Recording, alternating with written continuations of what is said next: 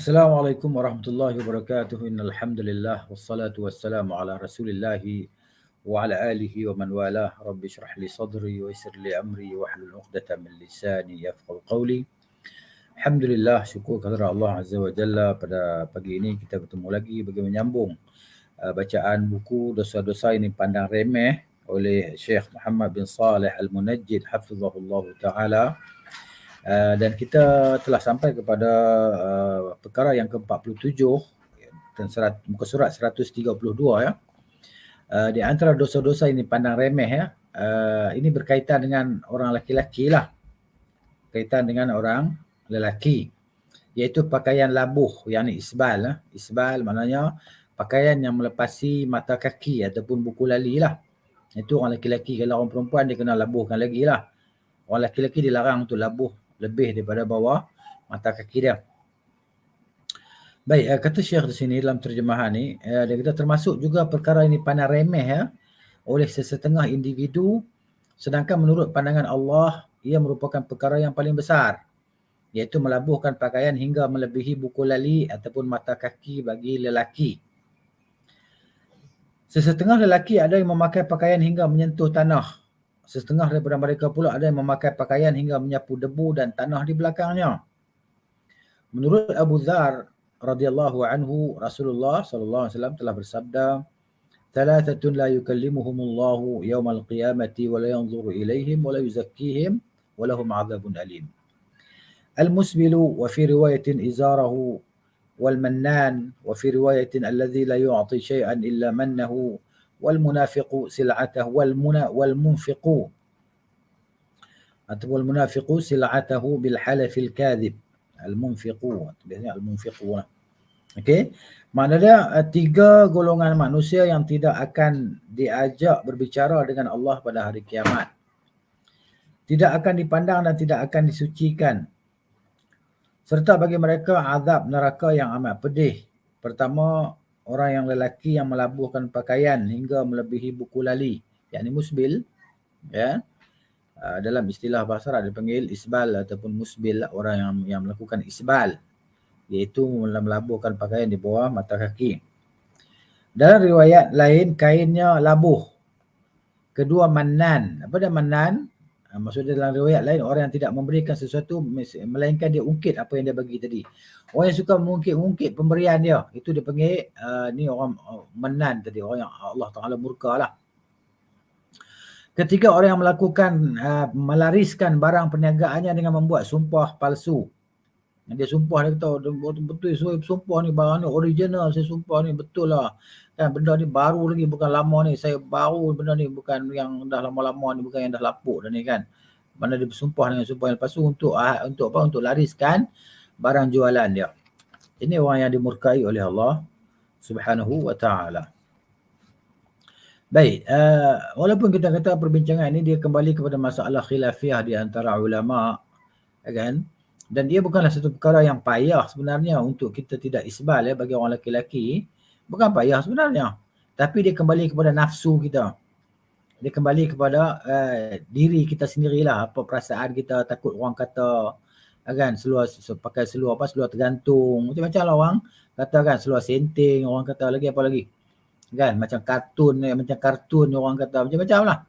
Ya kan? Ini semua bertitik tolak daripada kejahilan mereka tentang hadis Nabi sallallahu alaihi wasallam. Ya, semuanya kalau kita kata kenapa pakai labuh? Yalah kan. Dia malu, tak tahulah. Kan, mungkin malu nak tunjuk betis ataupun buku lali dia pada orang, ataupun malu nak menyisihi orang lain. Ini biasanya kita lihat kan, hatta di kalangan ilmuwan sendirilah. Ya kan, depa nak menunjukkan bahawa benda ni haruslah bagi ijtihad mereka. Tapi sebenarnya mana yang sunnahnya? Kita tanya ustaz-ustaz kita, mana yang sunnahnya? Kan? Adakah yang sunnahnya memakai pakaian bawah di buku lali ataupun sunnahnya di atas buku lali? Saya rasa mereka akan menjawab sunnahnya di atas buku lali. Habis itu kenapa tak nak ikut sunnah? Ya, sedangkan itu yang mudah, bukan payah pun. Dengan perbuatan yang mudah begitu kita akan dapat pahala yang besar dari sisi Allah Taala kalau kita niat nak ikut sunnah ataupun ajaran Nabi sallallahu alaihi wasallam. Pertama, yang kedua kita tanya depa, pernah tak Nabi isbalkan pakaiannya? Kan? Macam-macam lah hujah yang digunakan untuk mereka yang mengharuskan perbuatan isbal. Atau di kalangan ustaz-ustaz kita, mufti kita dan sebagainya, kan, menyatakan bahawa kita bukan riak. Kita, mana yang larangan itu adalah untuk orang yang riak, kan? Gitu. Jadi sebab tu Imam Al-Bukhari dia letakkan bab, dalam bab dia, apa yang di bawah buku lali itu daripada pakaian itu adalah dalam api neraka. Ada yang menafsirkannya itu kain saja, bukan seluar tak termasuk dan sebagainya. Jadi gitu. Tapi pendek kata, benda ni sunnah yang mana? Kalau sunnahnya tidak isbal, maka ikutlah sunnah. Kenapa nak susah? Kenapa nak payah? Kan? Nak malu pada orang, itu maknanya hati kita ada penyakit lah. Malu pada orang kan. Kenapa nak malu? Kan, nak menghidupkan sunnah pun malu. Takut orang kata kita ni kartun. Takut orang kata kita ni pakai seluar gantung, pakai seluar senting, kan? Jadi maknanya begitu. Kalau kita sebagai orang yang mengajarkan orang lain tidak menitikkan berat perkara benda ni, perkara ni macam mana kita nak mengajar kepada orang, kan? Ayyuhal muallimu ghairahu halla li nafsika dhat ta'limu tasifu ad-dawa'a lis-saqami wa anta 'alilu. Itu cerita dia. Wahai orang yang mengajarkan kepada orang lain ilmu pengetahuan, tidakkah mau kau mengajarkan diri engkau sendiri dulu? Kan? Engkau ceritakan ubat bagi penyakit kepada orang lain, tapi engkau sendiri tak mau makan ubat tersebut. Fabda' bi nafsika. Mulakanlah dengan dirimu, kan?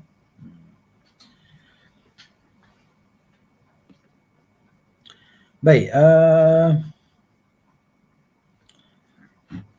tetapi ada juga sesetengah yang orang memberi alasan, saya melakukan pakaian labuh bukan niat takabur, sombong. Maksud dia, hakikatnya dia hanya ingin membela diri tetapi tidak kena pada tempatnya.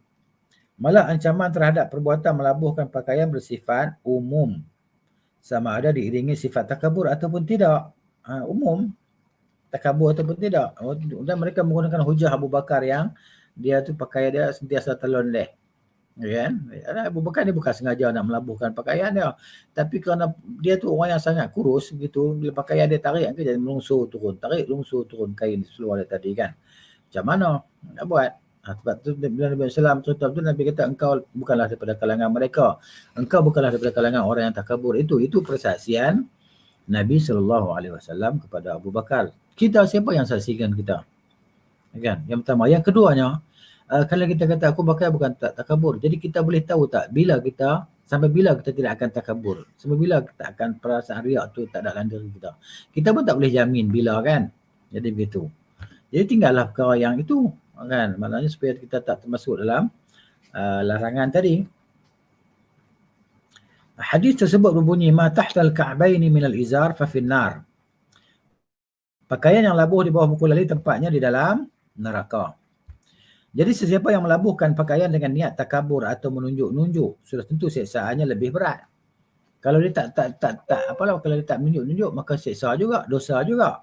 Itu dosa ringan sikitlah. Tapi kalau dia takabur, dosa lebih berat. Sabda Rasulullah sallallahu alaihi wasallam, man jarra thawbahu khuyala'a lam yanzurillahu ilaihi yaumil qiyamah. Siapa yang melabuhkan pakaiannya dengan niat menunjuk-nunjuk, Allah pasti tidak akan memandangnya kelak di hari kiamat. Macam mana kita nak impunkan antara hadis bawah dengan hadis di atas itu? Maknanya kalau kita tidak riak, dosa juga. Tapi kalau kita riak, dosa lebih besar. Jadi tak akan keluar daripada lingkungan dosa. Maka tinggalkanlah perbuatan isbal itu. Kan? Bukan ada rugi kita pun sikit, tak ada rugi sikit pun. Nak sayang kain baju macam mana? Kan? Baik, ini kerana dia telah melakukan dua dosa lah, iaitu melabuhkan pakaian dan lahirnya sifat takabur atau menunjuk-nunjuk. Melabuhkan pakaian haram pada semua jenis pakaian. Haram, tak kira lah pakaian. Ini kita kata khusus untuk orang lelaki ya, tidak termasuk kaum wanita ya. Sebab tapi kita tahu yang dalam kelas kita ni majoriti ataupun kebanyakannya atau semuanya kaum wanita kan. Tapi dia pun boleh sampaikan kepada kaum lelaki, dia pun boleh sampaikan kepada para suami mereka tentang etika berpakaian, etika pakai pakaian seluar ataupun kain tu, kain sarung ke apa, adalah dengan di atas mata kaki. Kan? Kita sampaikan ilmu walaupun satu ayat kan, supaya kita dapat pahala dengan penyampaian kita. Okay? Gitu. Jadi haram pada semua jenis pakaian, ingat tu. boleh ingatkan pada para suami dan anak-anak lelaki kan. Tapi itulah dia, maknanya kita ni kebanyakan kita dalam kejahilan. Dah jahil tak nak belajar pula. Bila tak nak belajar, orang cerita tak nak dengar pula.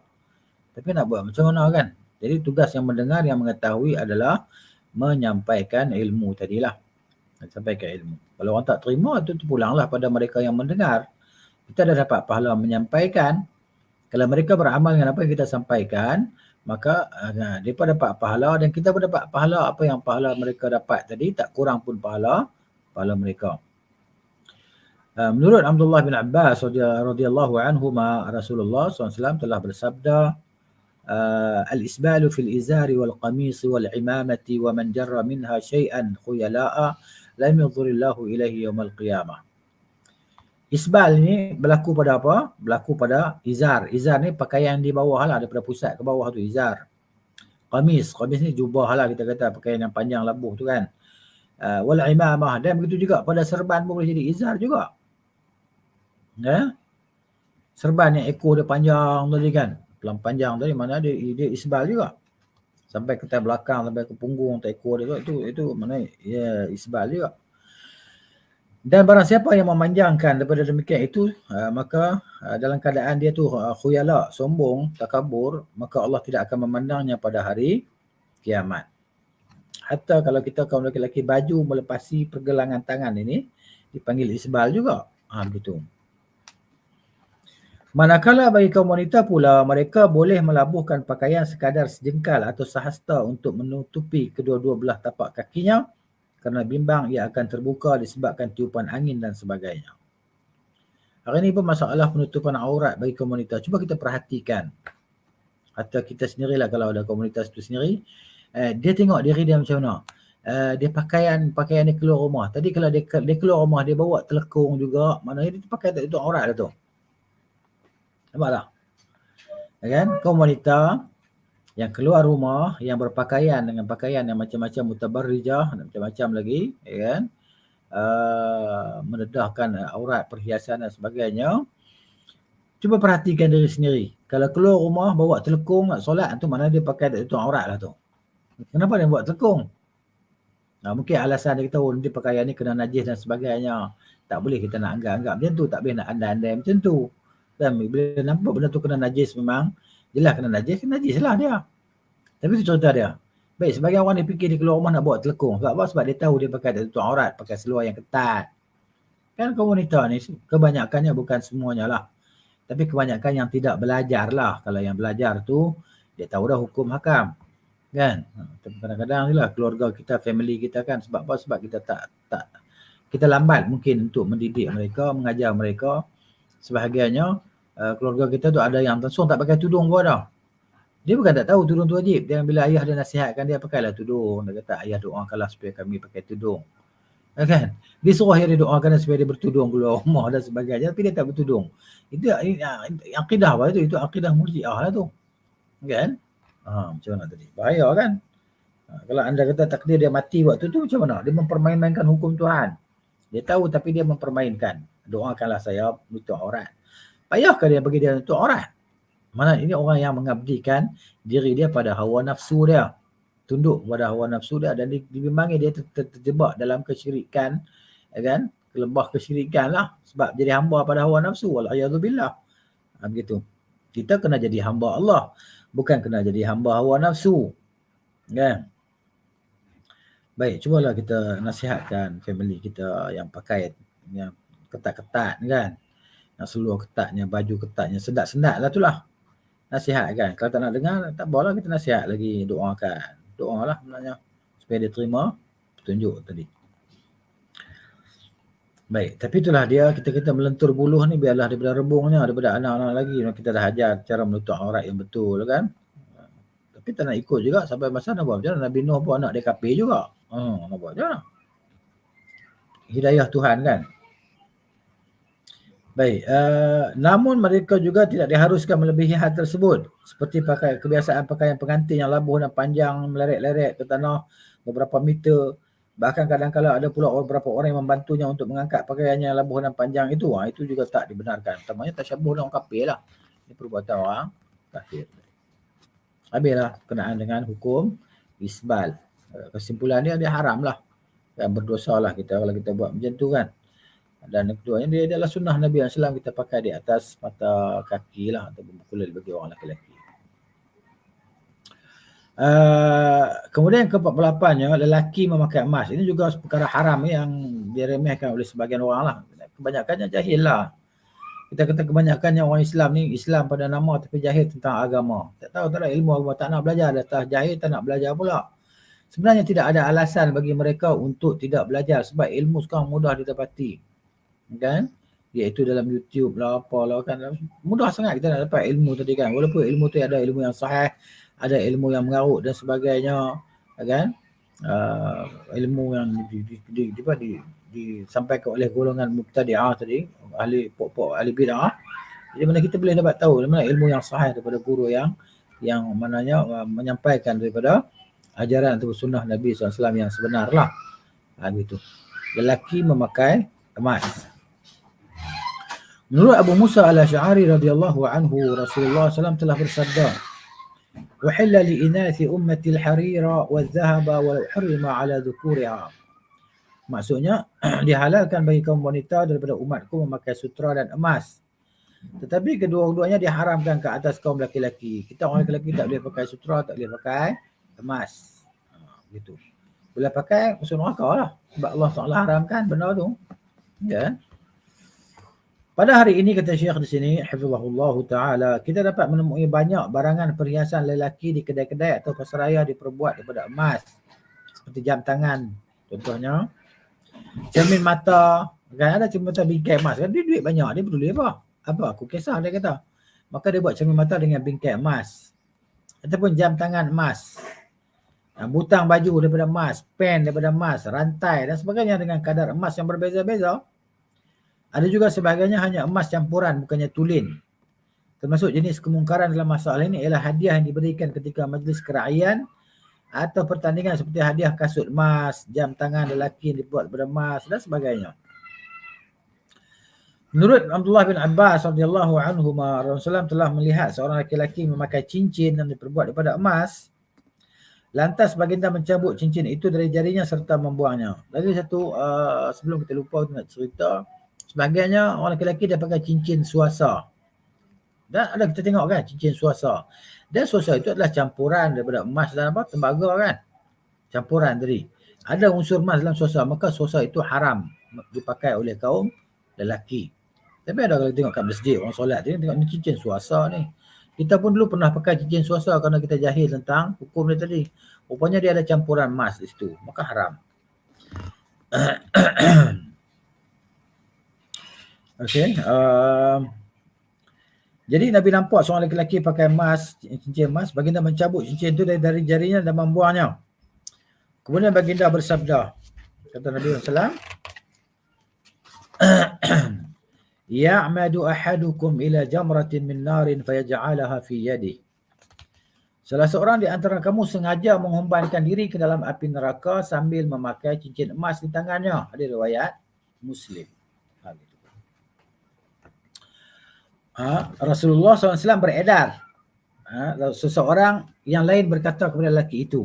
Dia kata, ambillah semula cincinmu itu dan manfaatkanlah. Maksudnya jualkanlah dia. Beli roti ke, beli baju ke apa ke. Lantas dia menjawab, demi Allah aku tidak akan mengambil cincin itu buat selama-lamanya kerana Rasulullah SAW telah membuangnya. Dia kata orang ambil, aku tak mau ambil lah. Ambil lah siapa nak. Dia kata. Kan ini iman sahabat kan. Padahal boleh je. Kalau dia nak ambil, dia nak manfaatkan cincin itu, dijualnya, dapat uang, dia beli makanan ke, pakaian ke, kan? Dan boleh manfaatkan makanan dan pakaian tadi lah, kan? Itu ataupun tujuan-tujuan lainnya. Kemudian yang ke-49-nya, memakai pakaian pendek, nipis dan ketat. Ni kan. Pakaian seluruh pendek. Pakaian nipis pula, ketat lagi pula. Antara peperangan yang dilancarkan oleh musuh-musuh Islam pada zaman ini adalah trend gaya berpakaian. Kan? Jadi umat Islam ni macam itulah kerana kejahilan mereka daripada dengan agama mereka, mereka suka meniru macam-macam gaya dan budaya barat kan. Gaya rambut pang lah, apa lagi. gaya rambut nipis tepi, kepala tengah jadi balung ayam lah, apalah, seluar macam-macam. Seluar kaki besar, seluar ketat dan sebagainya macam-macam. Dia ada peredaran masa zaman tu, dia ada budaya-budaya tertentu. Tapi semuanya daripada orang kafir. Daripada barat tu utamanya. Kan kemudian dibawa ke tempat kita dan diamal, ditiru oleh anak-anak muda kita, generasi kita. Jadi itulah dia kenapa jahilnya mereka dalam agama. Itulah dia. Nak salahkan siapa? Kan? Tentang kita kata kejahilan agama ni, nak salahkan siapa? Maka tepuk dada, tanyalah diri kita sendiri lah. Salah siapa? Dan ini adalah dipanggil ghazwu al-fikri, serangan pemikiran. Orang kafir nak fikir nak buat macam mana ni nak rosakkan orang Islam. Depa fikir daripada berbagai arah, berbagai sudut. Maka yang depa menampaknya adalah menjauhkan umat Islam daripada Islam itu sendiri, daripada Al-Quran, daripada hadis kan. Sehingga mereka jahil dalam Al-Quran. Berapa ramai orang Islam jahil dalam Al-Quran. Dan ada yang sebagainya hanya boleh baca je Al-Quran. Tapi dia tak tahu apa intipati, tuntutan dan larangan Al-Quran itu. Tak tahu, tak mau ambil tahu pun. Yang penting dia fikir dia boleh baca Quran cukup. Kan? Sepanjang hidup dia hanya pergi belajar tajwid, tarannum, tajwid, tarannum. Itulah dia pembelajaran dia sepanjang ayat. Bukan dia nak pergi kepada tadabbur ayat, tafaqquh ayat, kan? Maksud dia memahami ayat tadi, tujuan dan maksud dia apa. Bukan nak pergi kepada situ. Tu. Jadi akhirnya Quran tu hanya untuk dibaca sajalah. Dibaca pada majlis-majlis tertentu. Majlis kahwin, majlis Maulidur Rasul, majlis PIBG sekolah dan sebagainya, kan, bacaan Al-Quran tadi.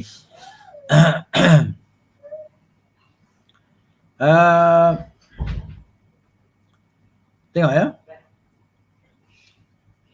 mereka sengaja mencipta berbagai-bagai bentuk dan pakaian yang tidak senonoh lalu dijual kepada umat Islam, kan?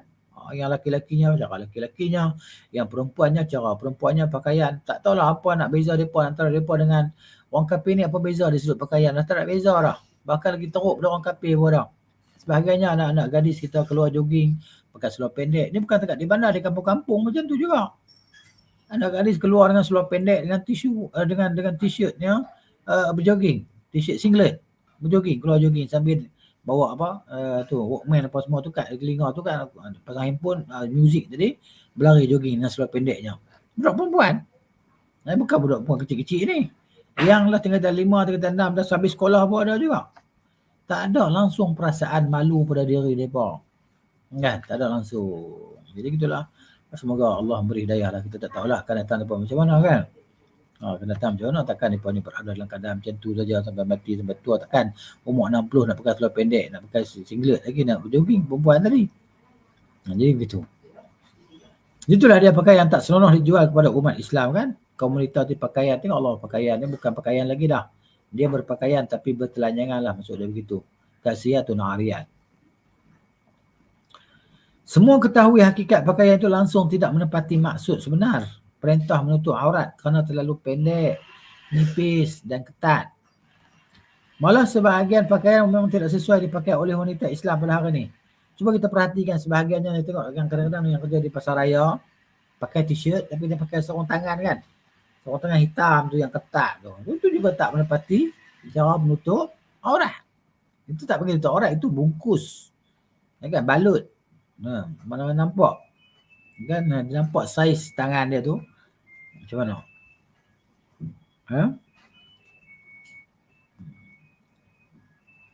Sebahagian pakaian memang tidak sesuai langsung dipakai oleh wanita Islam pada hari ini walaupun di hadapan mahramnya atau sesama jenis. Dalam sebuah hadis yang diriwayatkan oleh Abu Hurairah radhiyallahu anhu, Rasulullah SAW menceritakan tentang kemunculan pakaian-pakaian seperti itu di akhir zaman. Ini mukjizat. Nabi SAW yang dijelaskan kepada Nabi SAW, dia beritahu kepada Nabi yang mana benda tu, perkara tu belum berlaku lagi. Tapi berlaku selepas 1000 tahun, selepas beberapa ratus tahun lepas tu kan, sekarang berlaku. Sabda Rasulullah SAW, "Sinfani min ahli an-nari lam arahuma." Nabi kata ada 2 golongan manusia daripada ahli neraka. 2 kumpulan daripada ahli neraka yang aku belum melihat mereka lagi. Maksud mereka belum ada lagi di zamanku ini. Apa dia? Yang pertama, qaumun ma'ahum siyatun ka'adnabil baqar yadribuna bihan nas. Iaitu satu golongan yang membawa cemeti seperti seekor lembu lalu mereka memukul manusia menggunakannya. Wa nisa'un kasiyatun 'ariyat ma'ilatun mumilat ru'usuhunna ka'asnimatil bukhti al-ma'ilati la yadkhulna al-jannah wa la yajidna rihaha la yujadu wa inna rihaha la yujadu min masirati kadza wa kadza. Yang pertama tadi, yang kedua wanita-wanita yang berpakaian tetapi bertelanjangan. Apa maksud dia? Pakaian dengan pakaian ketat tu lah, pakai sendak tu kan. Tengok dengan seluar ketat, baju ketat dia tadi. Ya. Dia panggil ahli neraka, kata Nabi SAW. Berjalan dengan berlengang-lenggok. Kepala mereka seperti bonggol di kepala, di belakang ni, bukan kepala. Ya. Ka'asnimatil bukhti, seperti bonggol unta tu di belakang dia kan. Bonggol unta ni macam mana bila dia berjalan? Benda tu dia bergerak kiri kanan kan? Begitu. Al-Ma'ilah. La, mereka tidak akan masuk syurga. Maksudnya wanita tu rambut yang panjang dan sanggur-sanggur rambut dia kan. Tinggi, rambut dia jadi tinggi macam bonggol unta belakang tu. Ini juga perbuatan yang haram kan. La yadkhulna al-jannata, mereka tidak akan masuk ke dalam syurga, kata Nabi SAW. Dan mereka tidak akan mendapat bau syurga pun. Ya? Mereka tidak akan dapat melihat syurga, tidak akan dapat mencium bau syurga. Tak tahu bau syurga ni macam mana. Tak boleh masuk syurga. Dan sesungguhnya bau syurga itu dapat dihidu dalam jarak perjalanan sekian dan sekian. Maksudnya jauh perjalanan dapat menghidu bau syurga. Selain itu termasuk juga kategori ini adalah pakaian sebagian wanita yang dibelah secara memanjang ke bawah atau ada lubang di beberapa bahagian sehingga menampakkan auratnya ketika duduk. Nah. Di samping itu mereka sanggup meniru gaya pemakaian orang kafir dengan mengikut reka bentuk mereka yang ditempah kan? Sendiri. Hanya kepada Allah kita memohon keselamatan dari perbuatan ini. Semoga dijauhkan kita dan keluarga kita dengan cara kehidupan yang macam ni lah. Kehidupan yang mencontohi, meniru budaya orang kafir tadi kan.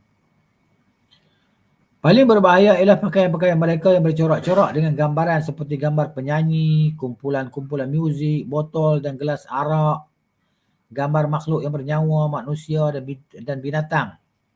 Salib, lambang kelab atau pub kan. Maknanya kita lihat kadang-kadang baju bola dia pakai tu lambang salib. Bangga dengan lambang salib di badan mereka. Tapi mereka ni orang Islam. Pakai pakaian salib tadi. Di baju mereka, lambang.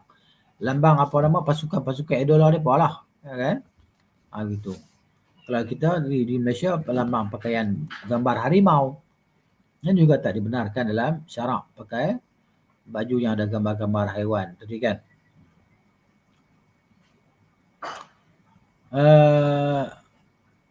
Pertubuhan bukan Islam, slogan-slogan keji dan tidak lagi mementingkan kehormatan dan kebersihan diri. Biasanya tulisan-tulisan yang terdapat pada pakaian-pakaian menggunakan bahasa asing. Bahasa Inggeris lah biasanya pakaian tu kan, tulis dari bahasa Inggeris. Baik, itu yang ke-49 lah. Kemudian yang ke-50, dosa yang dipandang remeh, iaitu menyambung rambut, pakai rambut palsu. Kan orang tu yang tak ada rambut, dia pergi ambil rambut palsu, bubuh pergi panjang kan. Rambut tu dah siap dah. Dah siap dah di dandan dan sebagainya. Padahal dia adalah rambut palsu. Ada kan orang pakai rambut palsu kan, dia tak pakai tudung, dia pergi letak rambut palsu atas kepala dia. Umur dah kat 100 tahun. Kan? Pakai rambut palsu atas kepala, tudung tak pakai. Sampai ketua daripada muda sampai ketua. Tak tahulah macam mana penerimaan mereka dalam agama ataupun ilmu agama tadi kan. Jadi jahil sampai ketua. Bukan ketua makin nak bertaubat dan sebagainya, tapi ketua pun perangai macam tu juga. Bubuh rambut palsu atas kepala. Kan bukan dia nak pakai tudung, tutup aurat. Begitu. Dah nak mati dah, tak fikir lagi. Tak tahulah apa dia punya kepercayaan kan. Kita pun tak tahu.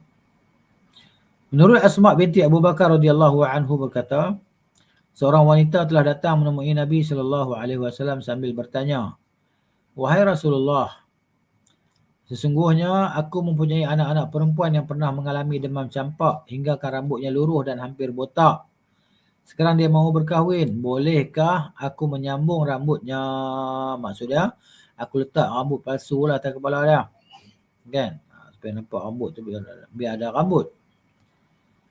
Dia tanya Nabi SAW, boleh ke tak? Nak jawab baginda sallallahu alaihi wasallam, la'anallahu al-wasilata wal mustawsilata. Allah melaknat wanita yang menyambung rambut atau wanita yang meminta disambung rambutnya. Kan? Maksudnya laknat pada wanita yang pakai rambut palsu ni lah. Kan? Jadi pakai rambut palsu ni bukan haram bagi perempuannya, laki-laki pun haram juga. Rambut palsu tadi kan. Kenapa nak pakai? Kerana palsu, menipu. Itu. Baik, hadis riwayat Muslim. Biasanya yang membuat perbuatan ni kaum wanita lah. Dia nak tunjuk tak rambut dia tu cantik, rambut dia ikal, rambut dia tadi. Kan? Padahal rambut dia bukan macam tu pun. Itu hanya tipu sajalah. Tipu. Jabir bin Abdullah radhiyallahu anhu berkata, Zajaran Nabi sallallahu alaihi wasallam an tasil al-mar'atu bi ra'siha syai'an. Nabi SAW melarang keras wanita menyambung rambut di kepalanya dengan apa sahaja. Buat rambut palsu tak boleh. Jangan buat. Ya. Walaupun nak tunjuk cantik pada suami dan sebagainya, tak boleh juga. Termasuk dalam kategori ini ialah memakai sanggul dan rambut palsu. Sanggul palsu dan rambut palsu. Yang biasanya digunakan oleh juru makeup atau juru andam. Andam lah di salon-salon yang mana pusat perniagaan mereka dihiasi pula dengan berbagai-bagai kemungkaran lain. Selain itu termasuk juga perbuatan haram ialah memakai rambut palsu. Ya. Sebagaimana dilakukan oleh kebanyakan orang-orang yang tidak bermoral seperti artis-artis, bintang filem, pelakon dan sebagainya. Ya. Ya.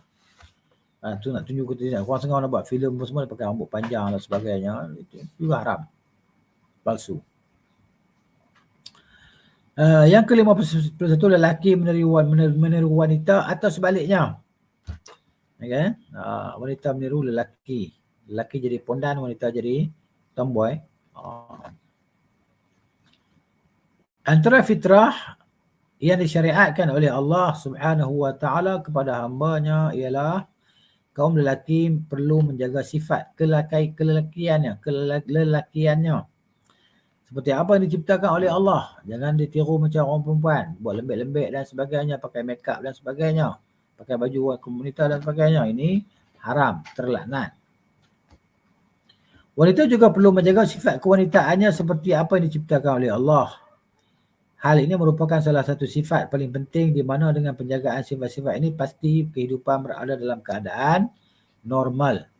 Ya, hidup normal. Bukan hidup tiru-tiru. Kaum lelaki yang menyerupai wanita atau wanita menyerupai lelaki adalah perbuatan yang menyanggahi fitrah, membuka pintu kerosakan serta menimbulkan kekurangan dalam sistem kehidupan masyarakat. Semua perbuatan itu hukumnya haram, berdosa. Apabila sesuatu nas syarak menyebut tentang laknat terhadap satu kaum kerana melakukan suatu perbuatan, ia menunjukkan tentang haramnya perbuatan itu kerana ia termasuk dosa besar. Ini bukan dosa, bukan calang-calang. Kan jadi lelaki dan jadi perempuan ni kan, jadi pondan ni. Kan sebagainya betul-betul macam orang perempuan sampai kita pun tak tahu kata dia orang lelaki-lelaki. Ya. Dia buat muka dia lah macam orang perempuan kan. Tapi yang tangan-tangan dia tu yang ketul-ketul tu dia tak boleh nak sembunyikan. Urat naik timbul tu kan. Ni bukan tangan orang perempuan, ni tangan orang lelaki. Muka aja dia buat pembedahan plastik dan sebagainya kan. Buat muka jadi macam perempuan. Macam-macam lah, bibir macam perempuan, hidung macam perempuan. Ni laknat, ni orang terlaknat ni. Ya. Cuma ni dah kehidupan dia kan, dibenci orang. Akan mati esok macam mana rupa dia kan. Begitu, masallah al-afiyah lah. Nak buat macam mana kalau dah ada orang yang macam tu kan.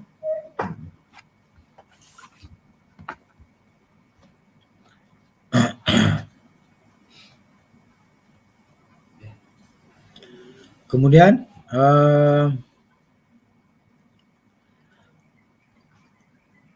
Kaum lelaki yang menyerupai wanita atau wanita menyerupai lelaki adalah perbuatan yang menyanggahi fitrah, membuka pintu kerosakan serta menimbulkan kekurangan dalam sistem kehidupan masyarakat. Semua perbuatan itu hukumnya haram. Apabila sesuatu nas syarak menyebut tentang laknat terhadap suatu kaum kerana melakukan suatu perbuatan, ia menunjukkan tentang haramnya perbuatan itu kerana ia termasuk dosa besar.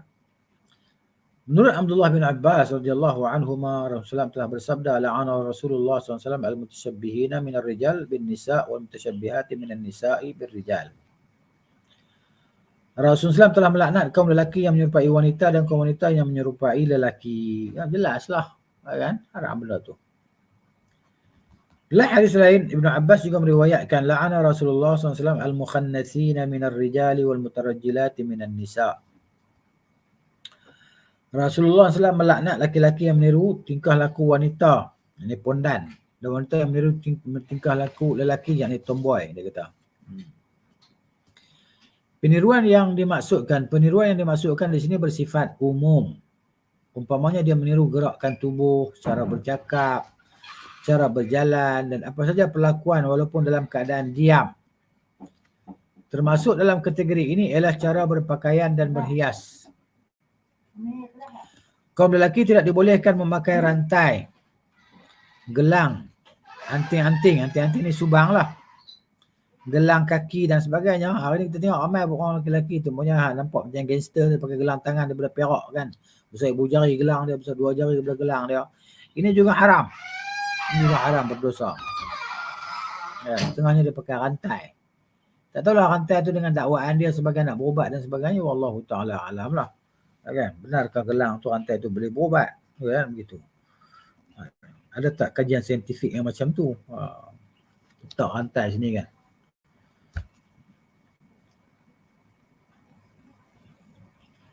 Namun inilah yang banyak kita lihat pada hari ini. Semua perhiasan yang dipakai oleh kaum lelaki sebenarnya milik kaum wanita. Kan? Ada yang pakai subang, ada yang pakai gelang. Kan? Ada pakai rantai. Sebaliknya kaum wanita tidak dibenarkan memakai pakaian yang khusus digunakan oleh kaum lelaki. Tak boleh. Umpamanya kemeja, baju Melayu dan pakaian lain.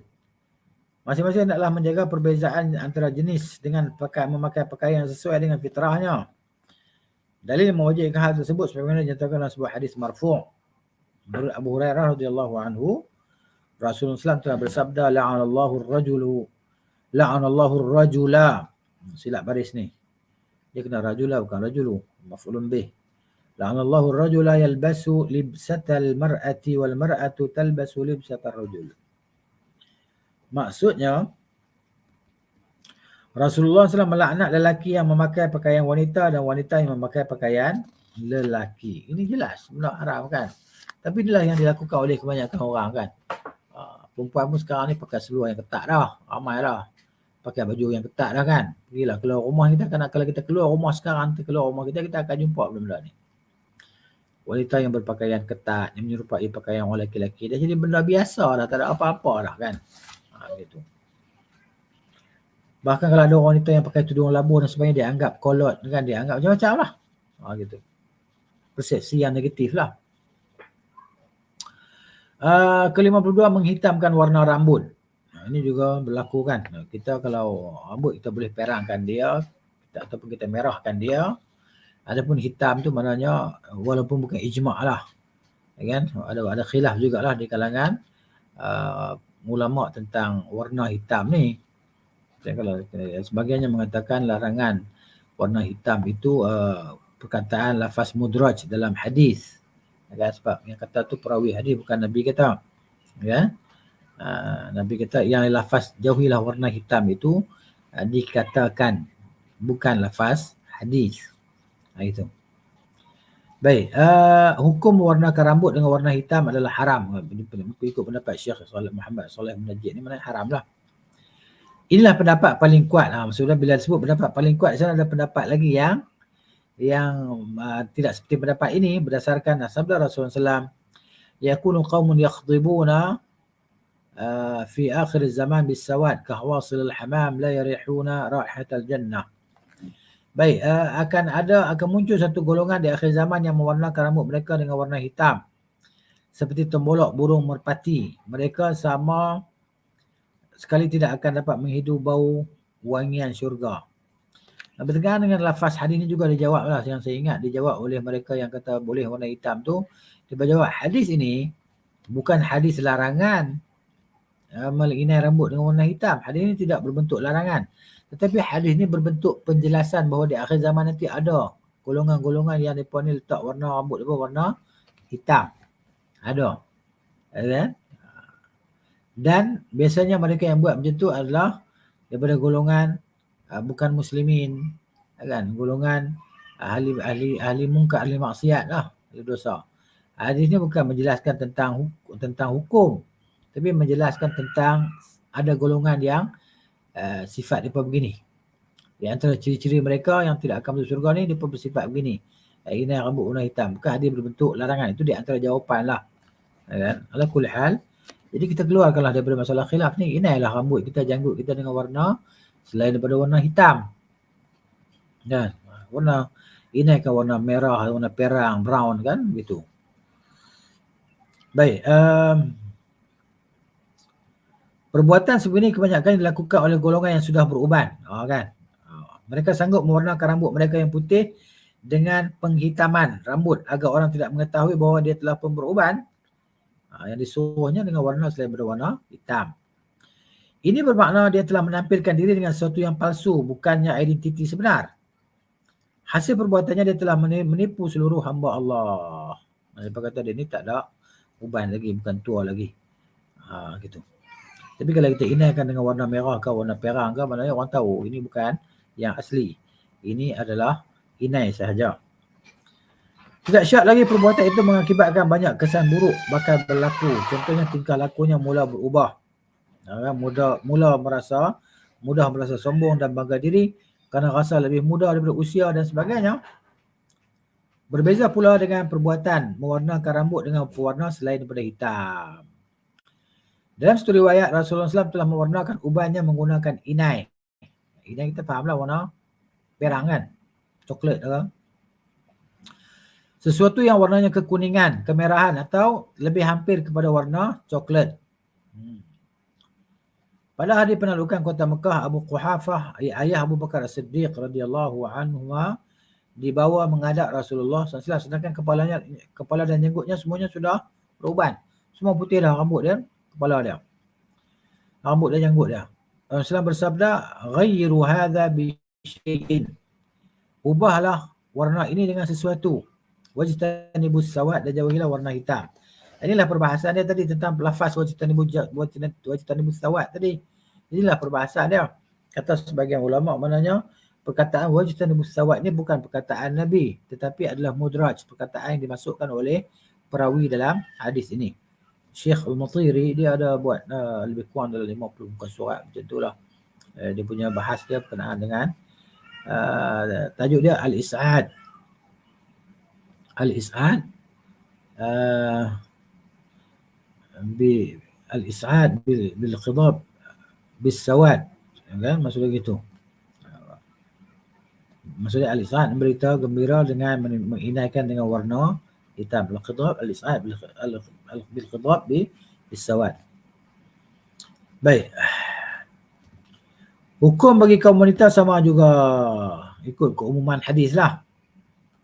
Mereka tidak boleh mewarnakan rambut mereka yang telah putih dengan warna hitam. Sama juga hukum dia. Yang ke-53, melukis gambar makhluk bernyawa. Ini juga satu benda yang diharamkan lah, berdosa bagi pelakunya. Menurut Abdullah bin Mas'ud radhiyallahu anhu, Rasulullah SAW telah bersabda, "Inna asyaddan nasi 'adzaban 'indallahi yaumal qiyamati al-musawwarun." Sesungguhnya manusia yang paling keras siksaannya di sisi Allah Ta'ala pada hari kiamat ialah mereka yang membuat gambar ataupun melukis gambar orang yang mereka yang bernyawa lah. Mungkin ataupun melukis gambar yang bernyawa. Ataupun dikata di sini pembuat patung.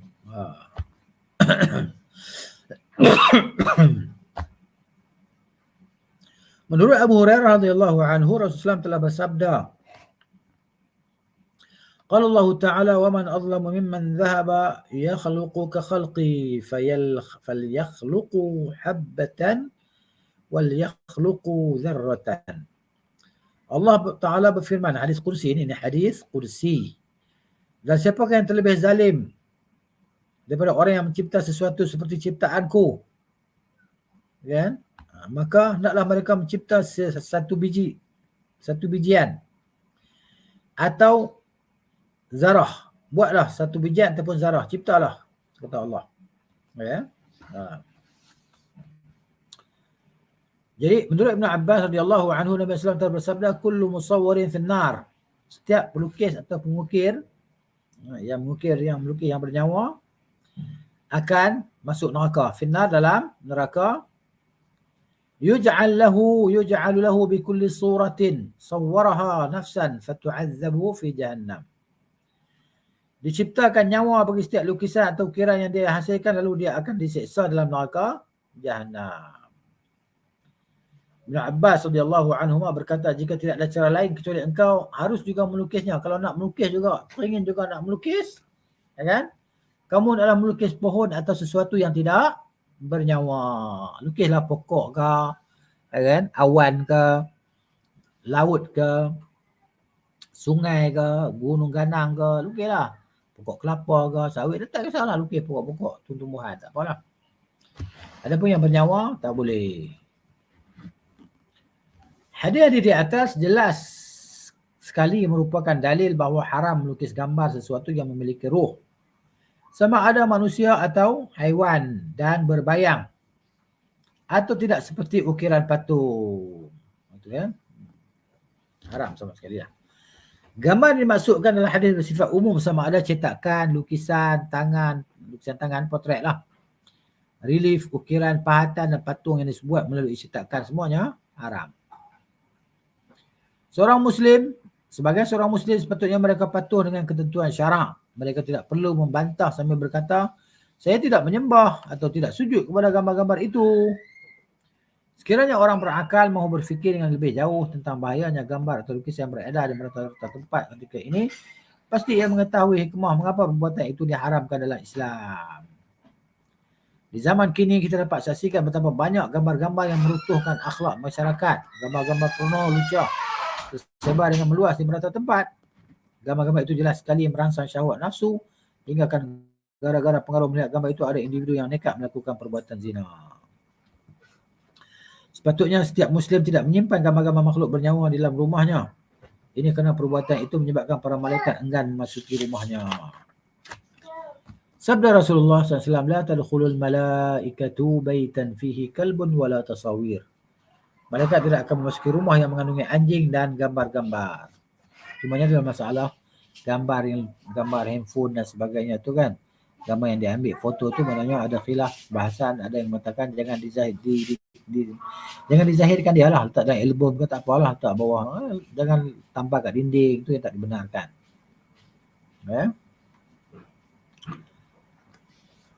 Pada hari ini kita akan dapati sebahagian umat Islam ada patung-patung, termasuk beberapa patung sembahan orang kafir. Patung-patung itu diletakkan dalam bekas kaca. Mereka beralasan ia hanya bertujuan sebagai koleksi barang hiasan atau barang antik. Hakikatnya hukum haram terhadap perbuatan menyimpan patung-patung itu lebih berat berbanding hukum lukisan patung yang digantung di dinding-dinding rumah. Berapa banyak kesan daripada menggantung gambar atau menyimpannya dalam bekas kaca, akhirnya ia menyebabkan ia dipuja dan disembah. Ya, dalam frame kaca tu lah maksudnya. Sebab banyak kesan daripada perbuatan itu akhirnya mengembalikan semula sejarah hitam atau kesedihan yang dihadapi. Berapa banyak kesan-kesan daripada gambar-gambar itu mengakibatkan seseorang menyombong diri, seperti gambar seseorang ketika dinobatkan atau dianugerah pangkat. Lalu digantung gambar itu bertujuan untuk membangga diri. Ya. Dapat PhD ke apa, ambil gambar gantung kat dinding, dapat ijazah. Buat apa gantung tu, nak tunjuk kan? Tunjuk kat siapa? Tunjuk kat orang lah tu. Itu gambar pergi umrah ke apa ke, tunjuk kat orang. Baik, sebagai alasan untuk menghalalkan cara, ada yang berkata ia hanya sebagai kenangan saja. Alasan ini tidak benar, kerana cara melahirkan sifat mengenang seseorang seperti mengenang keluarga atau saudara seagama adalah di hati. Mendoakan agar mereka diampuni oleh Allah dan mendapat rahmatnya.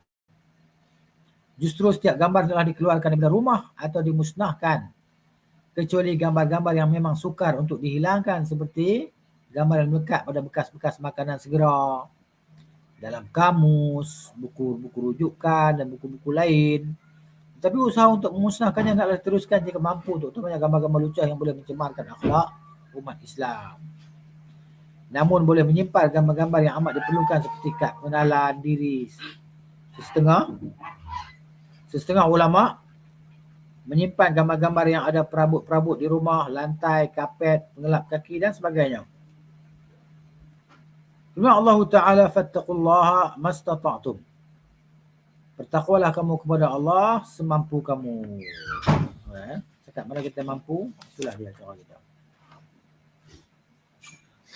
Mimpi yang direka. Ini juga dosa yang dipandang remeh oleh sebagian orang. Dia reka mimpi. Dia kata malam tadi aku bermimpi jumpa ayah kamu dalam syurga. Kan dia memberitahu dia sekarang ni Allah Ta'ala telah beri kepada dia kelebihan begini-begini. Dan Allah Ta'ala suruh dan dia beritahu pesan pada aku supaya kau ni kena ikut aku. Gini. Mimpi yang dia reka-reka. Dia tak mimpi pun tapi dia kata dia bermimpi perkara tersebut. Jadi sesetengah individu sengaja mereka cipta mimpi yang tidak dialaminya atas tujuan tertentu seperti memperdaya orang ramai untuk mendapatkan keistimewaan, mencari populariti, supaya dirinya diperkatakan oleh orang ramai, menakut-nakutkan musuhnya dan sebagainya. Mereka mimpi. Ramai di kalangan masyarakat awam memiliki kepercayaan tertentu terhadap mimpi hingga mereka bergantung penuh dengan dan percaya dengan ramalannya. Golongan seperti inilah yang menjadi mangsa penipuan ramalan mimpi. Syaitan tipu mereka.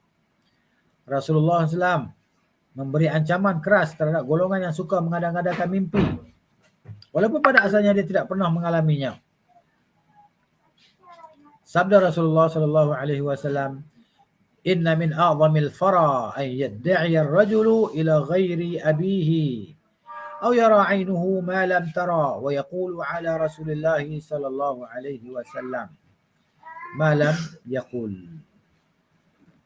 Sesungguhnya antara pembohongan paling besar ialah seseorang yang mengaku bernasab kepada orang lain, bukan bapa sebenarnya. Dia kata saya ni sebenarnya keturunan raja, kan? Saya ni sebenarnya keturunan raja sekian-sekian, kan?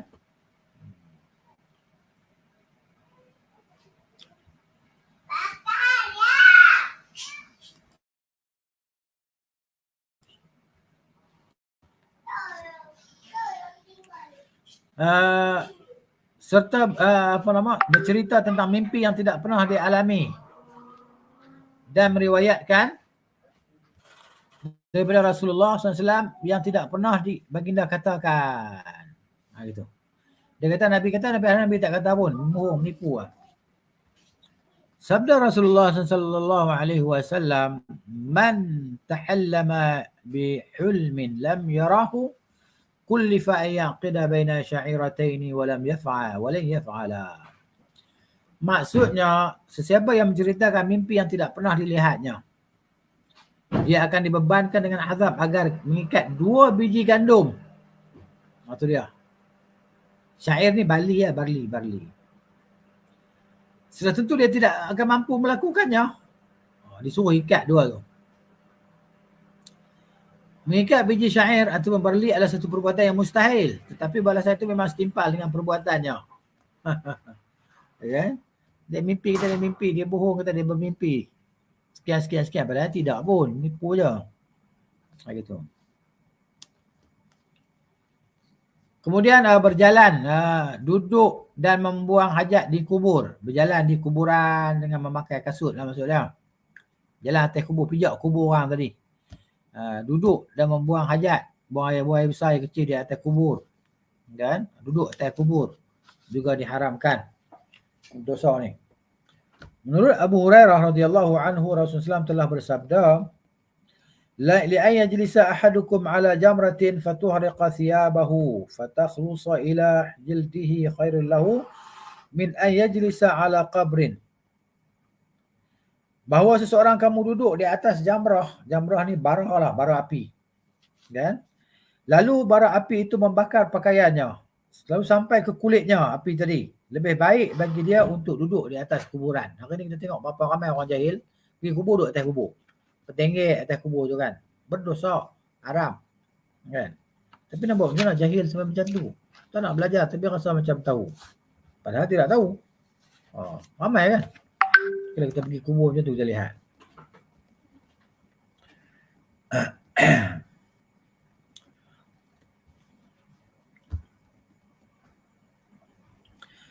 Selain itu, ketika mengkebumikan jenazah terdapat setengah individu yang tidak mempedulikan laluan yang mesti dilaluinya ketika berada di kubur. Akhirnya di sana sini kelihatan beberapa orang memijak batas kubur, pijak kubur.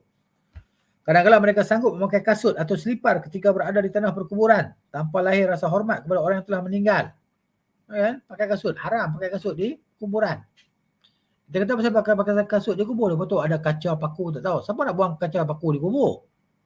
Ini semua alasan tak boleh diterima lah, tak relevan punya alasan lah. Dia berkata ada duri yang pijak duri. Jangan pijak duri, takkan semua kubur tu berduri. Ya. Macam-macam alasan dan jawapan yang mereka jawab tadi kan. Kalau Nabi cakap macam tu, ada yang nak bantah. Ada je nak bantah. Gitu. Padahal, alangkah baiknya mereka terima sami'na wa ata'na. Cukuplah kami dengar dan kami taat. Sudahlah. Nak bantah lagi.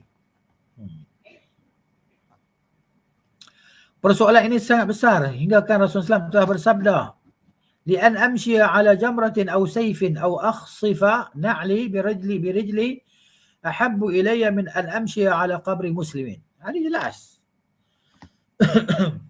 Okay? Nabi kata berjalan di atas bara api ataupun berjalan di atas mata pedang atau ikat selipar dengan kedua-dua belah kaki. Okay? Lebih aku suka daripada berjalan di atas kubur seorang Muslim. Maknanya berat dosa dia kan. Berat salah tadi.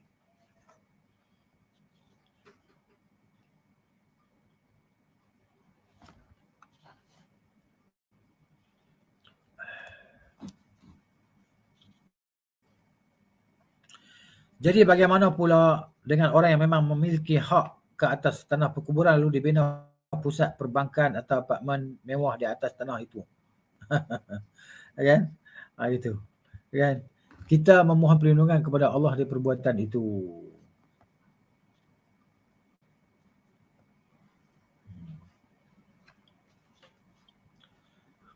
Sesetengah lagi individu yang tidak memiliki pegangan agama yang baik apabila ingin membuang air besar dia lantas menuju ke tanah perkuburan sambil menunaikan hajatnya di situ.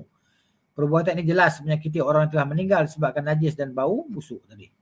Walaupun orang dalam kubur tu dia tak bau kan sebagainya, dia tak tahu pun, tapi itulah larangan. Sabda Rasulullah SAW, "Wa ma ubali awsat al-qabri qadaitu hajati aw wasat as-suqi." Nabi kata, aku memang memiliki sifat tidak peduli sekiranya aku sanggup melepaskan hajatku di tengah kubur atau di tengah pasar. Perangai orang ni sama lah. Macam mana dia buang air di kubur, macam itulah perangai dia. Seperti orang buang air di pasar tadi. Hadis di atas bermaksud keburukan membuang air besar atau kecil di atas tanah perkuburan sama buruknya jika dibandingkan dengan membuka aurat. Sambil membuang hajat di tengah-tengah kesibukan orang ramai yang berada di dalam pasar. Orang yang suka membuang hajat, kotoran dan sampah ke tanah perkuburan, terutama perkuburan yang sudah usang dan dindingnya sudah hampir runtuh, golongan ini tetap akan menerima ancaman dan bahagian azab yang dinyatakan dalam hadis. Justru antara adab yang perlu dititik beratkan ketika menziarahi kubur ialah menanggalkan selipar atau kasut. Ketika ingin berjalan di atas tanah perkuburan sambil berjalan di celah-celah batasan kuburan, bukan melangkah, duduk dan memijaknya. Bukan macam tu. Kemudian lagi dosa yang dipandang remeh oleh kebanyakan orang, tidak membasuh kemaluan selepas kencing. Misalnya orang lelaki-lelaki kan, dia kencing dia terus tidak istinja dan terus pakai dia seluar balik lah. Islam datang dengan membawa peraturan yang mana semuanya demi kemaslahatan atau kepentingan penganutnya. Antara peraturan itu ialah persoalan bagaimana cara menghilangkan najis. Islam mensyariatkan agar umatnya melakukan istinja, membasuh najis, menggunakan air atau beristijmar agar membasuh kubul dan dubur dengan menggunakan batu. Istinja dengan benda-benda kesat lah. Batu, kayu ke, tisu ke apa ke kan. Di samping itu, Islam juga mengajar cara melakukannya hingga tercapai maksud kebersihan yang dikehendaki oleh syarak. Selain itu, ada juga sebahagian individu memandang remeh masalah menghilangkan najis. Akibatnya, badan dan pakaian mereka terkena najis dan masih kotor. Dengan itu, sudah tentu solat mereka tidak sah dan tidak diterima. Rasulullah SAW memberitahu bahawa perbuatan itu merupakan salah satu sebab seseorang itu mendapat azab kubur. Ini di antara sebab kena siksa kubur lah. Ya? Dalam hadis yang bawah tu kan, kita baca hadis Nabi kata SAW, yu'adzabani wa ma yu'adzabani fi kabirin. Kan sebelum tu kata Ibn Abbas radhiyallahu anhuma, suatu hari Rasulullah SAW telah melalui sebuah kebun antara kebun-kebun di Madinah. Tiba-tiba mendengar teriakan dua orang yang sedang diazab dalam kuburnya. Lalu baginda bersabda, yu'adzaban wa ma yu'adzabani fi kabirin. Mereka berdua sedang disiksa, dan disiksa itu bukan kerana masalah yang besar, kan? Begitu. Thumma qala, kemudian Nabi kata, bala wa fi riwayatin wa innahu lakabir. Sesungguhnya ia adalah besar. Ya. Kana ahaduhuma la yastatiru min baulihi. Adalah seorang daripada mereka berdua tidak maknanya meletakkan sesuatu melindungi dirinya daripada terkena percikan air kencing. Kan kencing kena pakaian dah. Wa kana al-akharu yamshi bin namimah. Seorang lagi dia suka mengadu domba lah, jadi batu api, laga-lagakan orang. Bahkan Nabi SAW juga ada menceritakan tentang aktsaru adzabil qabri fil baul. Kebanyakan orang yang dikenakan azab kubur lah disebabkan masalah kencing, air kencing. Macam tu. Kan? Dia gunakan pakaian dia yang kena kencing tadi, terus solat. Solat tak sah lah. Termasuk dalam kategori tidak membersihkan air kencing ialah tidak melepaskan hajatnya dengan sempurna, menyebabkan air kencing meleleh dan terkena pada pakaian. Atau sengaja kencing di tempat tertentu dalam keadaan tertentu, kencing di suatu tempat yang boleh menyebabkan terkena percikan air kencing, atau sengaja tidak mahu membersihkan air kencing atau membersihkannya ala kadar sahaja.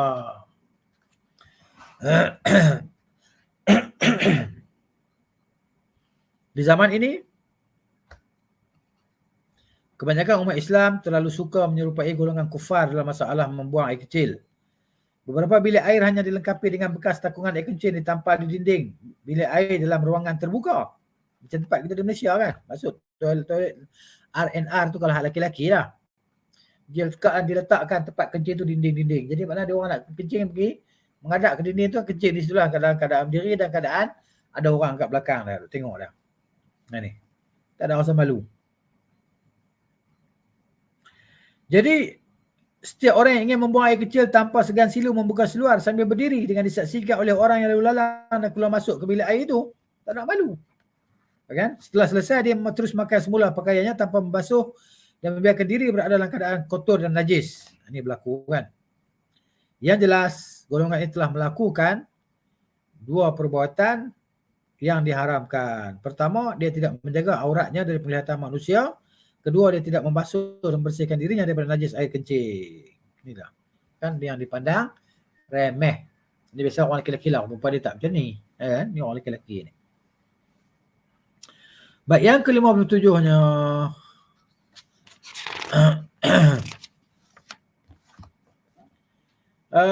Mencuri dengar perbualan orang lain. Firman Allah Ta'ala, wala tajassasu. Ini dosa. Dan janganlah kamu mengintip atau mencari-cari kesalahan dan keaiban orang. Lu dengar orang tu cakap, kan, ambil point. Menurut Ibn Abbas radhiyallahu anhuma, Rasulullah SAW telah bersabda, man istama'a ila hadithi qaumin wa hum lahu karihun, subba fi udhunaihi al-aniku yawmal qiyamah. Maksudnya, sesiapa yang mendengar perbincangan orang lain sedangkan mereka membenci perbuatan itu, pasti kedua-dua belah telinganya akan dituang dengan timah mendidih pada hari kiamat kelak. Itu dia. Jika dia menyebarkan apa yang dibicarakan itu tanpa pengetahuan mereka, agar mereka ditimpa musibah, berarti mereka telah menambahkan jenis dosa lain, iaitu dosa tajassus. iaitu mencuri khabar, dan dosa mengadu dosa. Sedangkan Nabi SAW bersabda, la yadkhulul jannah qattatun. Tidak akan masuk syurga orang yang suka mengadu domba, ini batu api. Ini disebut oleh Nabi SAW. Ini kita baca-baca ya kan. Tanpa kita nak huraikan lebih panjang lebar, apa nak cerita lagi kenangan dosa ni. Itulah dia hukum hakam dia. Baik, lagi dosa yang dipandang remeh oleh orang, jiran yang berperangai buruk. Ini kita ni tak boleh lari lah daripada jiran kan, sebab kita hidup bermasyarakat, hidup berjiran, ada kejiranan. Kita ni bukan orang seorang duduk dalam hutan seorang-seorang, tidak. Kan? Duduk dalam masyarakat, ada jiran sebelah rumah kita dan sebagainya. Di sini musannif atau syekh sini hafizahullah taala dia datangkan ayat Al-Quran dalam surah Nisa ayat 36. Ba'da'udzu billahi minasyaitonir rajim. Wa'budullaha wa la tusyriku bihi syai'a. Hendaklah kamu beribadah hanya kepada Allah. Janganlah kamu menyekutukan Allah Taala dengan suatu pun. Wa bil walidaini ihsanan, dan dengan ibu bapa hendaklah kamu berbuat baik. Wa bidil qurba, dan dengan kaum kerabat adalah kamu berbuat baik. Wal yatama, dan anak-anak yatim. Wal masakin, dan orang-orang miskin.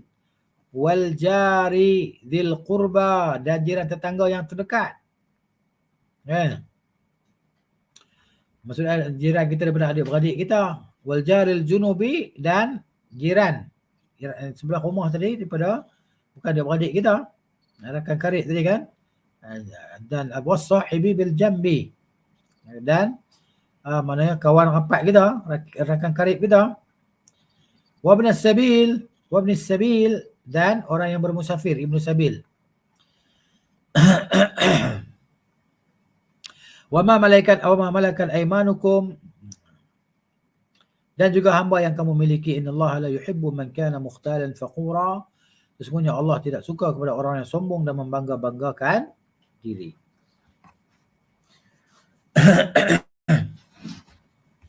Oleh kerana besarnya tanggungjawab yang perlu ditunaikan terhadap jiran, menyakiti hati jiran sudah tentu diharamkan. Bagi jiran kita sakit hati kan, haram, dosa lah ni, tak boleh.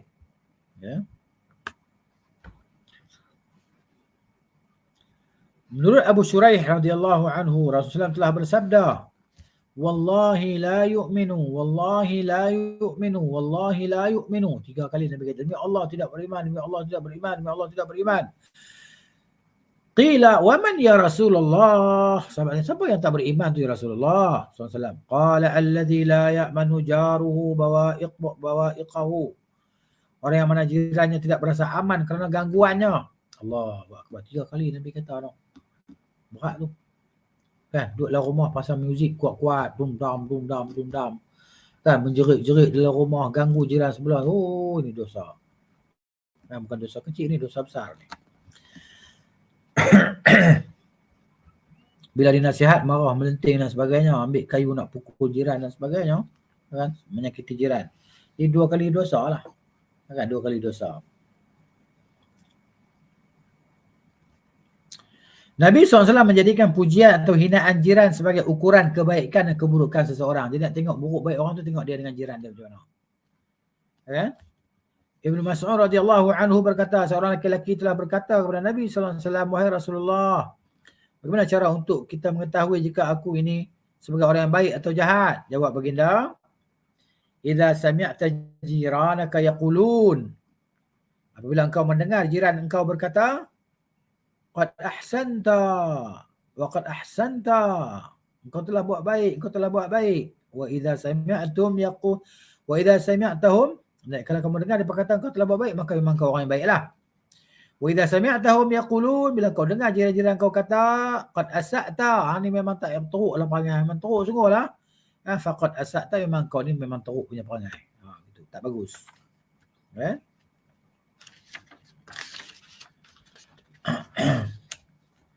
Baik, kita lihat pula dia kata di sini bentuk gangguan kepada jiran tetangga ini berbagai-bagai cara, macam-macam cara kan ganggu jiran. Antaranya melarang jiran memasang tiang pada dinding milik mereka. Maksudnya jiran nak pergi tumpang letak kayu, sandar kayu kat dinding rumah kita, dia nak buat supaya apa? Supaya dia boleh tambah 2 tiang lagi. Tak payah tambah 4 tiang sebab dia guna tiang lagi, tiang kat rumah kita tu. Macam tu pun tak boleh.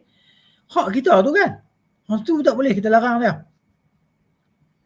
Dia pasang tiang kat dinding rumah kita.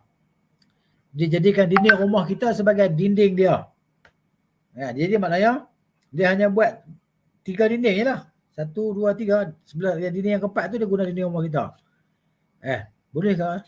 Kalau ikut banyak, kalau kita larang tak boleh. Habis tu macam mana ni hak kita? Tak kira lah Islam ni macam tu. Kan? Tak boleh kita nak macam nak mementingkan diri sendiri kita kan. Begitu. Tapi takkanlah kita tergamak sampai hati nanti buat tiang rumah orang tu rumah kita kan. Kita pun fikir juga. Itu. Tapi kalau ada orang buat juga tak boleh larang. Melarang mereka meninggikan bangunan tanpa izin hingga menghalang sinar cahaya matahari memasuki rumahnya. Dia buat rumah tinggi-tinggi orang sebelah tu kan. Kita pergi larang dia, janganlah buat rumah tinggi-tinggi, rumah aku tak kena matahari. Tak boleh kita nak melarang dia juga. Gitu. Janganlah buat rumah tinggi-tinggi, nanti halang angin masuk rumah aku. Gitu. Menutup ruang udara rumah jiran. Membuka tingkap rumah untuk menjenguk keadaan dalam rumah jiran juga tak dibenarkan. Berteriak atau meninggikan suara ketika sedang beristirahat. Berjalan sambil hentak kaki dengan kuat hingga mengganggu mereka. Membuang sampah di hadapan rumah mereka dan sebagainya. Banyak benda. Jadi syariat Islam amat memuliakan kedudukan dan martabat jiran. Jadi kena jaga jiran kita. Macam mana ni hidup tak kena jiran langsung ni berat lah. Syariat Islam amat memuliakan kedudukan dan martabat jiran hinggakan orang yang mencerobohi hak jiran atau melakukan kejahatan terhadap jiran akan dihukum dengan hukuman yang berlipat ganda. Sabda Rasulullah SAW, La yazni ar-rajulu bi'ashri niswatin aysara li'an yazni ar-rajulu bi'ashri niswatin aysara alaihi min ayazniha bimra'ati jarihi li'an yasriqa ar-rajulu min asyrati abiyatin aysara alaihi min an yasriqa min baiti jarihi. Apa maksud hadis ni? Seorang lelaki yang berzina dengan 10 orang wanita lebih ringan dosa dia berbanding dia berzina dengan isteri jiran dia. Allahu Akbar. Zina satu dosa orang pun dah dosa besar dah. Kan? Ini berzina dengan 10 orang wanita lebih ringan dosa daripada berzina dengan isteri jiran dia. Dan seorang lelaki mencuri dari 10 buah rumah. Lebih ringan dosa dia daripada mencuri daripada rumah jirannya. Allahu Akbar. Besarnya darjat jiran tu kan. Jadi kita ni besar bagi jiran kita dan jiran kita tu bagi kita tu besar ataupun fadilat dia jiran tu lebih besar. Di sisi kita maknanya dan begitu juga jiran tu kita jadi lebih besar darjat kita dengan dia. Masing-masing kena menghargai jiran lah. Lihatlah betapa berat ancaman terhadap orang yang mengganggu keamanan jiran. Tetapi kebanyakan orang ramai pada hari ini tidak mengambil peduli hal ini. Setengah orang yang berbagai perangai buruk sanggup menceroboh ke rumah jiran pada malam hari, umpamanya ketika tuan rumah bekerja shift malam. Lalu pengkhianat itu masuk ke rumahnya untuk melakukan perbuatan terkutuk. Celakalah orang seperti ini dan di akhirat kelak pasti akan menerima azab paling pedih. Teruknya, jahat sangat ni. Kemudian tajuk yang ke-59, wasiat yang ditolak. Wasiat yang tak boleh kita terima lah. Kalau ada orang mati dia wasiatkan benda-benda tu mana tak boleh kita buat apa dia benda ni buat ni. Antara kaedah menurut syariat Islam ialah la darar wala dirar. Tidak boleh mendatangkan bahaya pada orang lain dan tidak boleh membalas dengan membahayakan orang lain. Contohnya mengurangkan hak ahli waris yang sah sama ada secara keseluruhan atau sebahagiannya. Kan? Contohnya kakak sulung ni dia kata okeylah kita sekarang ni harta pusaka ni kita bagi sama banyak tak payah ikut faraid lah. Semua kita bagi sama lah, adil lah, senang. Maksudnya ini tak boleh diikuti. Kalau ada orang yang nak mati dia wasiat kata nanti ayah kalau ayah mati harta ayah ni kau bagilah sama banyak. Kakak kau dapat banyak tu, adik kau banyak tu juga, lelaki sama, perempuan sama. Ini wasiat yang dosa tak boleh diikuti. Ataupun wasiat yang mengatakan bahawa nanti kalau aku mati, maka harta semua berpulang kepada yang perempuannya, laki-laki tak ada satu sen pun. Harta ini tidak ada hak satu sen pun untuk anak laki-laki, hanya untuk anak perempuan. Ini juga wasiat dosa. Macam berlaku di adat perpatih di sebahagian negeri sembilan kan. Negeri sembilan ada adat perpatih ni. Ini mufti nak kena tanggung depan Tuhan besok lah. Kenapa? Kerana dia melestarikan undang-undang yang macam ni. Kan? Ataupun dia meredakannya. Membenarkan. Sebenarnya dihapuskan. Adat yang macam ni. Dipanggil adat perpatih kan. Dihapuskan dalam Islam, tak ada. Mengaku Islam, dah masuk Islam. Kenapa nak bawa adat yang bukan Islam tadi ke dalam Islam? Sehingga kaum lelaki-lelaki satu sen pun tak dapat apa. Saya jumpa satu orang, niaga. Saya tanya, bang, berapa abang dapat daripada tanah peninggalan arwah ni? Satu sen pun tak dapat, dia kata. Tanah mak saya ni ada 6 ekar. 6 ekar tanah mak ayah dia. Mak dia, sejengkal pun dia tak dapat. Dia hanya boleh dibenarkan untuk makan buah-buah, kalau ada buah-buah boleh nak makan. Tapi tanah nama kamu tak dapat. Ini satu kezaliman. Dosa yang akan ditanggung oleh orang yang buat kerja ni. Siapa yang mula buat kerja ni? Tak tahu lah, Datuk Perpatih Pinang Sebatang ke apa yang buat adat ni, dia tanggung dosa. Dan orang yang mengikutinya akan dapat dosa, kan, yang melakukannya. Sia-sia yang mati macam tu berdosa. Kan? Jadi ini wasiat yang ditolak, tak boleh terima. Jadi kita kan, maknanya sepatutnya diubahlah. Dan diubah adat yang macam ni, adat yang menzalimi. Dengan alasan akal bahawa orang lelaki dia kuat bekerja. Kan? Orang perempuan dia tak boleh nak kerja apa. Jadi dia layaklah dapat semua. Kan? Orang lelaki dia boleh pergi musafir sana sini untuk bekerja. Padahal dia kena fikir cara yang kedua bahawa orang lelaki dia nak kena menyara keluarga. Dia nak kena sara isteri dia. Dia nak kena sara anak-anak dia. Ini fikiran yang mereka tak fikir ni. Pengikut adat perpatih ni kan. Adat yang zalim ini. Maka mesti wajib dihapuskan. Bukan sunat ataupun harus. Kan? Haram dilaksanakan adat ini. Iaitu wanita mendapat, kan, bahagian dan lelaki-lelaki apapun tak dapat. Ini zalim. Tanggung dosa. Kan? Yang bagi fatwa ke, yang ikut fatwa ke apa ke, tanggung dosa di hadapan Tuhan. Sudah ingat kita ni akan selamat ya. Jangan confident. Nak selamat di hadapan Tuhan, kalau benda ni kita tak boleh nak laksanakan. Berat tu. Terutamanya orang yang ada ilmu pengetahuan tentang ni, dia buat tak tahu. Kan? Tentang ni dia skip. Tak ada apa. Dia tanggung dosa dia. Dan orang yang melaksanakannya. Patutnya dihapuskan adat ni. Baik, tapi itulah masih lagi diamalkan di beberapa daerah rasanya. Bukan semua daerah lah gitu. Baik.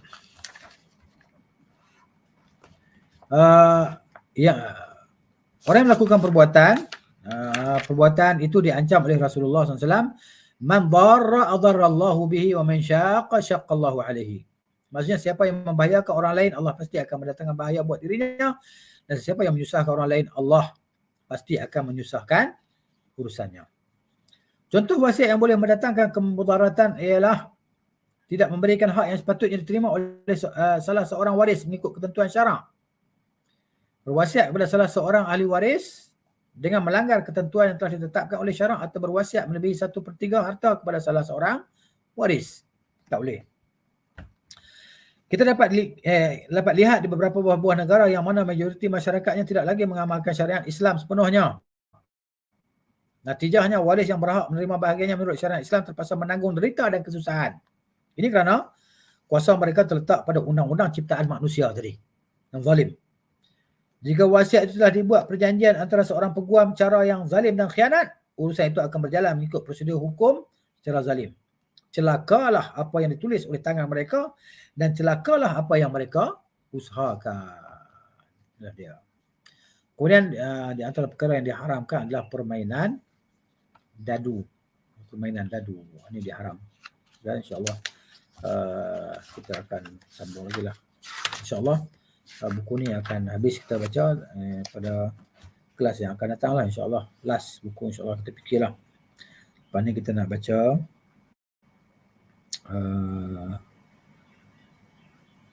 buku mana pula kan? InsyaAllah. Itulah dia apa yang dapat kita baca pada hari ini. أقول قولي هذا أستغفر الله العظيم لي ولكم ولسائر المسلمين والمسلمات أستغفره إنه هو الغفور الرحيم. سبحانك اللهم وبحمدك أشهد أن لا إله إلا أنت أستغفرك وأتوب إليك. السلام عليكم ورحمة الله وبركاته.